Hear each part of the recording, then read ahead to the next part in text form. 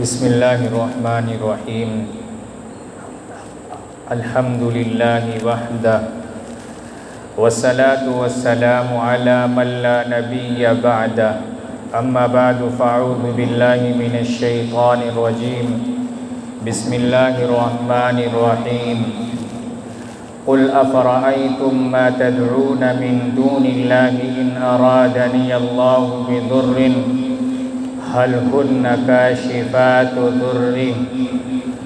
أو أرادني برحمة هل هن ممسكات رحمته قل حسبي الله عليه يتوكل المتوكلون صدق الله مولانا العظيم. وعن ابن عباس رضي الله تعالى عنه قال كنت خلف رسول الله صلى الله عليه وسلم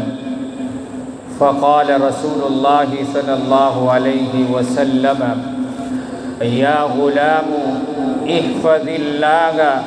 يحفظك احفظ الله تجده تجاهك وإذا سألت فاسأل الله وَإِذَا اسْتَعَنْتَ فَاسْتَعِنْ بِاللَّهِ وَاعْلَمْ أَنَّ الْأُمَّةَ لَوِ اجْتَمَعَتْ عَلَىٰ أَنْ يَنْفَعُوكَ بِشَيْءٍ لَمْ يَنْفَعُوكَ إِلَّا بِشَيْءٍ قَدْ كَتَبَهَ اللَّهُ لَكَ وَلَوِ اجْتَمَعُوا عَلَىٰ أَنْ يَضُرُّوكَ بِشَيْءٍ لم يضروك إلا بشيء قد كتبه الله عليك ورفعت القلم وجفت الصحيفة رواه الترمذي وأحمد أو كما قال عليه الصلاة والسلام. محترم بزرگوں اور دوستوں، ایک مسلمان کے لیے لازم اور ضروری ہے کہ وہ اللہ پر بھروسہ رکھے اور اپنی تمام ضروریات کا مالک اور خالق اللہ کو ہی سمجھے. جب بھی کوئی ضرورت پیش آئے تو اللہ تبارک و تعالیٰ کے سامنے ہی اپنے ہاتھ کو پھیلائے، اپنی ضرورتوں کو اللہ سے ہی مانگے. توکل علی اللہ یعنی اللہ پر بھروسہ رکھنا، ہر کام کے اندر اللہ سے مدد طلب کرنا، یہ نصف ایمان ہے، آدھا ایمان ہے، ہر مسلمان کے لیے لازم اور ضروری ہے. تمام نفع اور نقصان کا مالک اللہ تبارک و تعالیٰ ہی ہے. اللہ کے بغیر، اللہ کے حکم کے بغیر اگر ساری دنیا کے لوگ بھی اکٹھے ہو جائیں، اس بات پر متفق ہو جائیں کہ کسی کو نقصان پہنچانا ہے، لیکن اگر اللہ کا حکم میں نہیں گئے تو ساری دنیا کے لوگ مل کر نقصان نہیں پہنچا سکتے. اسی طرح اگر ساری دنیا کے لوگ مل کر یہ چاہیں کہ کسی شخص کو فائدہ پہنچانا ہے تو اگر اللہ تبارک و تعالیٰ نے نہیں لکھا گئے تو ساری دنیا کے لوگ مل کر بھی نفع نہیں پہنچا سکتے. تو میں نے قرآن کریم کی جو آیت کریمہ تلاوت کی گئے، اس آیت کریمہ کے اندر اللہ تبارک و تعالیٰ نے اسی چیز کو بیان کیا گئے، توحید کو بیان کیا گئے. کفار مکہ سے یہ کہا گیا کہ اللہ تبارک و تعالیٰ ہی تمام نفع اور نقصان کا مالک ہے. اپنے محبوب پیغمبر کی زبانی اللہ نے کہلوا دیا کہ اگر قل افرأیتم ما تدعون من دون اللہ، کہ وہ معبودان باطلہ جن کی تم اللہ کے علاوہ عبادت کرتے ہو، قل افرأیتم ما تدعون من دون اللہ، کہ تمہارا اے پیغمبر آپ کہہ دیجئے تمہارا کیا خیال ہے کہ جن کی تم اللہ کے علاوہ عبادت کرتے ہو، ان ارادنی اللہ بضر، کہ اگر اللہ تبارک و تعالی میرے ساتھ، یہ جناب رسول اللہ صلی اللہ علیہ وسلم کی زبانی کہلوایا جا رہا ہے کہ اگر اللہ تبارک و تعالی میرے ساتھ کسی برائی کا ارادہ کر لے، حل ہن کاشفات ضری، تو کیا یہ معبودان باطلہ جن کی تم پرستش کرتے ہو، جن کی تم پوجا کرتے ہو، جن کی تم عبادت کرتے ہو، کیا ان کے اندر یہ طاقت ہے کہ اس نقصان کو جو اللہ تبارک و تعالی میرے ساتھ نقصان کا ارادہ کر رہا ہے، معبودان باطلہ کے اندر وہ طاقت ہے کہ اس نقصان کو ہٹا سکیں؟ اسی طرح آگے اللہ تبارک و تعالی فرماتا ہے کہ اگر اللہ تبارک و تعالی ان ارادنی اللہ برحمت حل ہن ممسکات رحمتی، کہ اگر اللہ تبارک و تعالی میرے ساتھ کسی بھلائی کا ارادہ کرنا چاہتا ہے، کوئی بھلائی پہنچانا چاہتا ہے، تو کیا معبودان باطلہ اس بھلائی کو روک سکتے ہیں؟ اس آیت کریمہ کے اندر اللہ تبارک و تعالی یہی بتلانا چاہتا ہے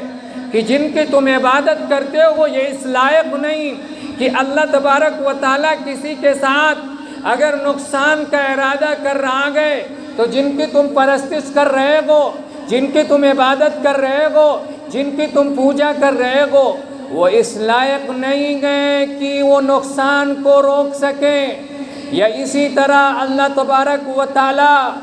اگر نفع کا ارادہ کر رہا ہے تو ان کے اندر یہ طاقت نہیں،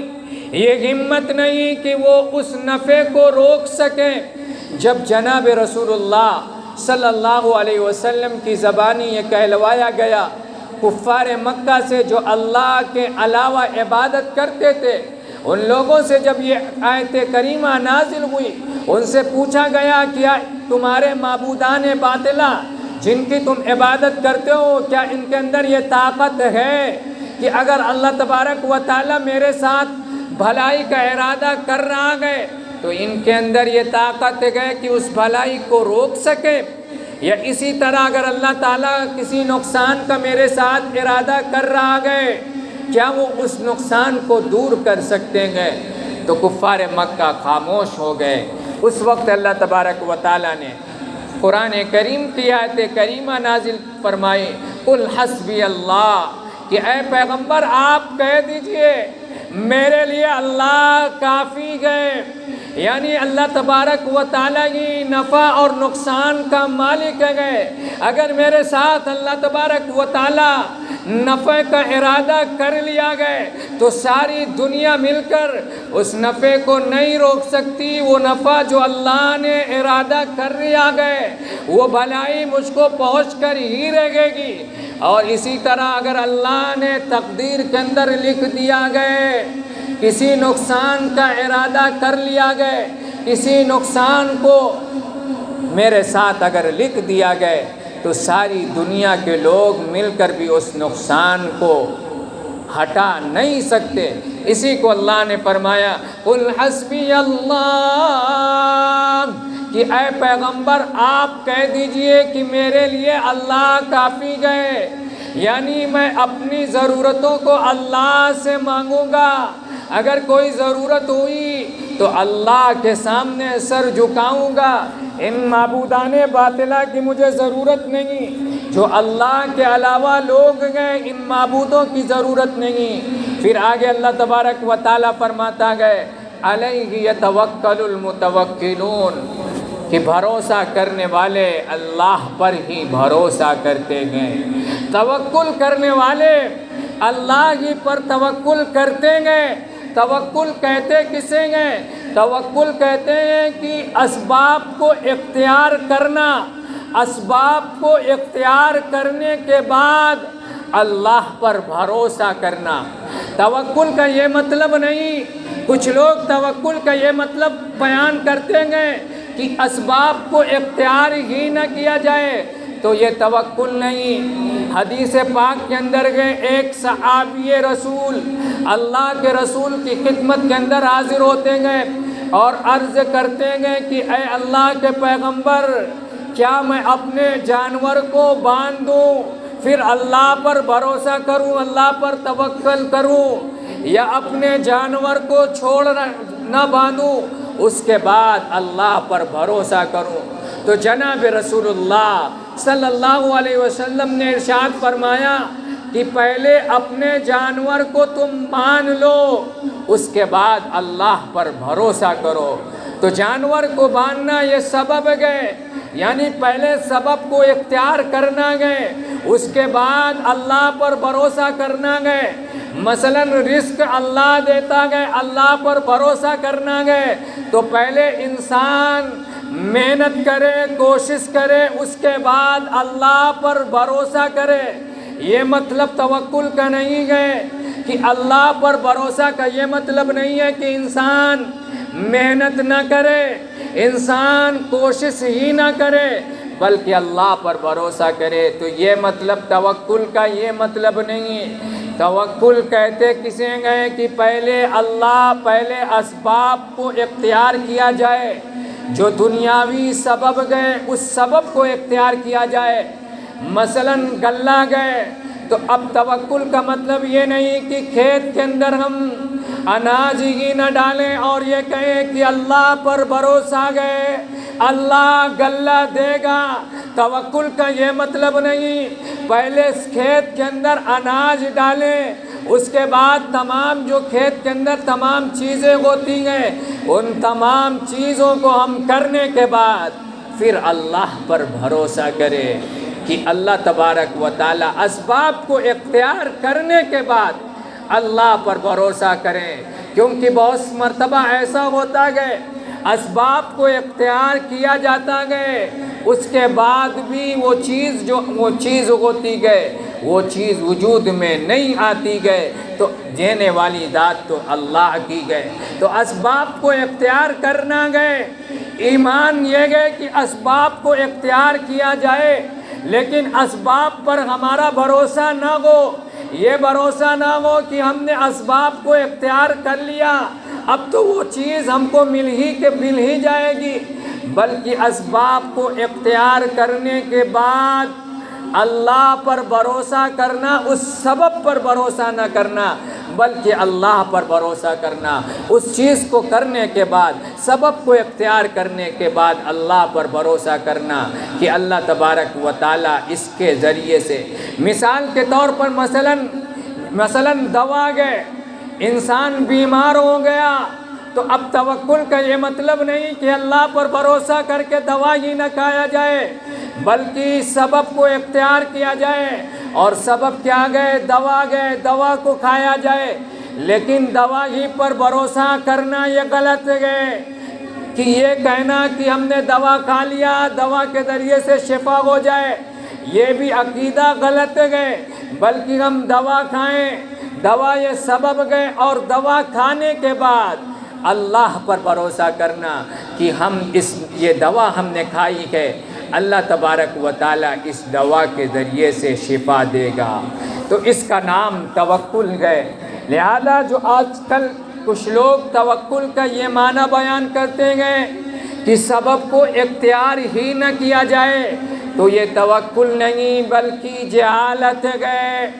امام فخر الدین رازی علیہ الرحمہ جو فن تفسیر کے امام ہیں، قرآن کریم کی سب سے بڑی تفسیر انہوں نے لکھی ہے، انہوں نے قرآن کریم کی آیت کریمہ کی سورہ آل عمران کی آیت کریمہ کی تفسیر کرتے ہوئے فرمایا وَشَاوِرُهُمْ فِي الْأَمْرِ فَإِذَا عَزَمْتَ فَتَوَكَّلْ عَلَى اللَّهِ۔ جناب رسول اللہ صلی اللہ علیہ وسلم کو حکم دیا جا رہا ہے کہ ان معاملات کے اندر جن معاملات کے اندر اللہ تبارک و تعالیٰ نے قرآن کریم کی کوئی آیت کریمہ نازل نہیں کیا گئے، اسی طرح کوئی وحی نہیں کیا گئے، ان چیزوں کے بارے میں حضرات صحابہ کرام رضوان اللہ تعالی علیہم اجمعین سے مشورہ طلب کیجئے۔ وشاورہم فی الامر،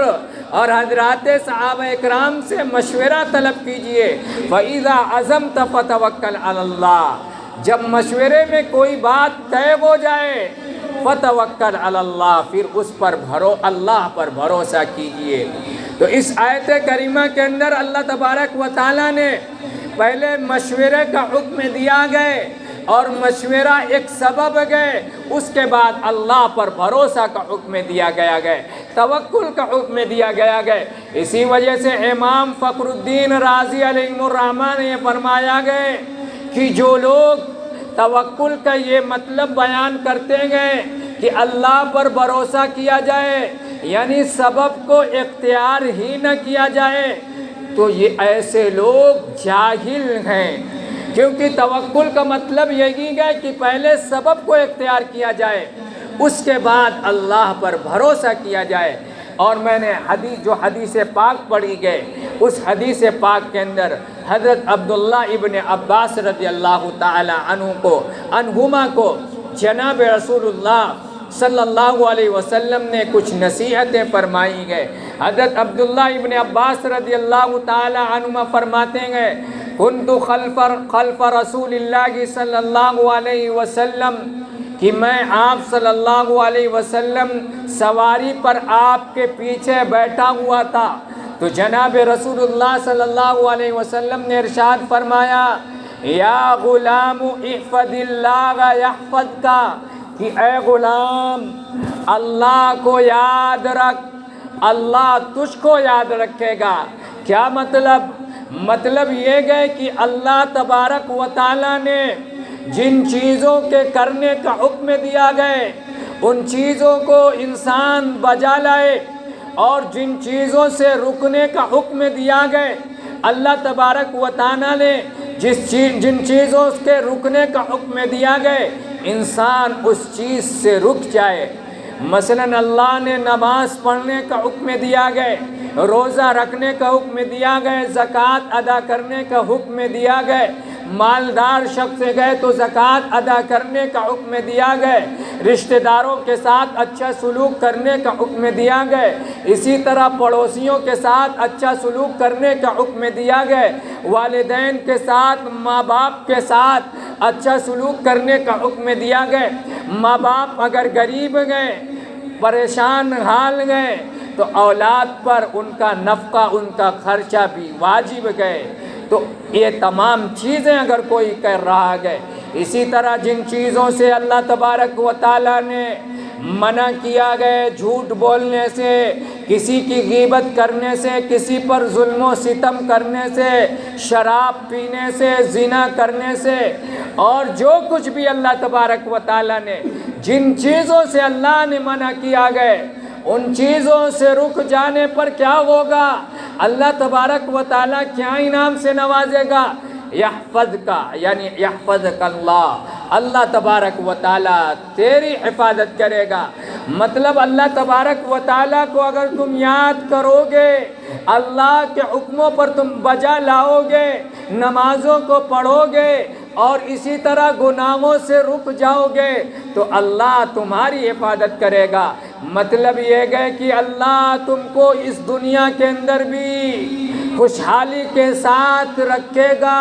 مصیبتوں سے تمہاری حفاظت فرمائے گا، اور اسی طرح آخرت کے اندر بھی تم کو جہنم کے عذاب سے بچائے گا۔ احفظ اللہ یحفظک۔ اور اسی طرح آگے جناب رسول اللہ صلی اللہ علیہ وسلم نے ارشاد فرمایا احفظ اللہ، کہ اگر تم اللہ کو یاد کرو گے، اللہ کے حکموں پر عمل کرو گے، اللہ نے جن چیزوں سے منع کیا گئے ان چیزوں سے رک جاؤ گے، تجدہ تجاہک، تو اللہ تبارک و تعالیٰ کو اپنے قریب پاؤ گے۔ اللہ تبارک و تعالیٰ قرآن کریم کے اندر فرماتا گئے کہ اللہ تبارک و تعالیٰ تمہاری شہ رگ سے بھی زیادہ قریب گئے، یعنی ہماری جو گردن کی رگ گئے اس سے بھی زیادہ قریب گئے اللہ تبارک و تعالیٰ۔ تو اگر ہم اللہ کی فرما برداری کریں گے، جناب رسول اللہ صلی اللہ علیہ وسلم نے جن چیزوں کو کرنے کا حکم دیا گئے ان چیزوں کو بجا لائیں گے تو اس کے عوض میں ہم کو کیا نصیب ہوگا؟ جناب رسول اللہ صلی اللہ علیہ وسلم نے فرمایا تجدہ تجاہک،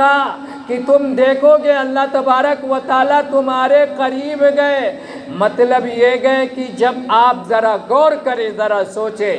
جب اللہ تبارک و تعالیٰ ہمارے قریب ہوگا،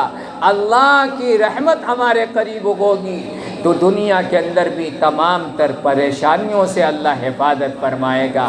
آگے جناب رسول اللہ صلی اللہ علیہ وسلم نے حضرت عبداللہ ابن عباس رضی اللہ تعالیٰ عنہ کو نصیحت کرتے ہوئے فرمایا، وَإِذَا سَأَلْتَ فَاسْأَلِ اللَّهِ، کہ جب بھی تم سوال کرو، کوئی چیز مانگو، چاہے وہ دنیا کے اعتبار سے ہو، دنیاوی چیز ہو یا آخرت کی چیز ہو، فاسأل اللہ، تو تم اللہ تبارک و تعالیٰ سے مانگو۔ جب ہم اللہ تبارک و تعالیٰ سے مانگیں گے، اپنی حاجتوں کو، اپنی ضرورتوں کو اللہ تبارک و تعالیٰ سے مانگیں گے، ہمارا عقیدہ یہ ہوگا اللہ تبارک و تعالیٰ ہماری ضرورتوں کو پورا کرے گا۔ اللہ تبارک و تعالیٰ بندوں کے گمان کے مطابق فیصلہ کرتا گئے۔ جو لوگ اپنی ضرورتوں کو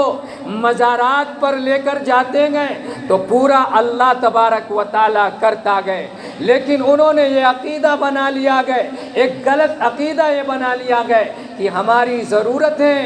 مزاروں سے پورا ہو رہی ہیں، تو لہذا اللہ تبارک و تعالیٰ پورا تو اللہ کر رہا ہے،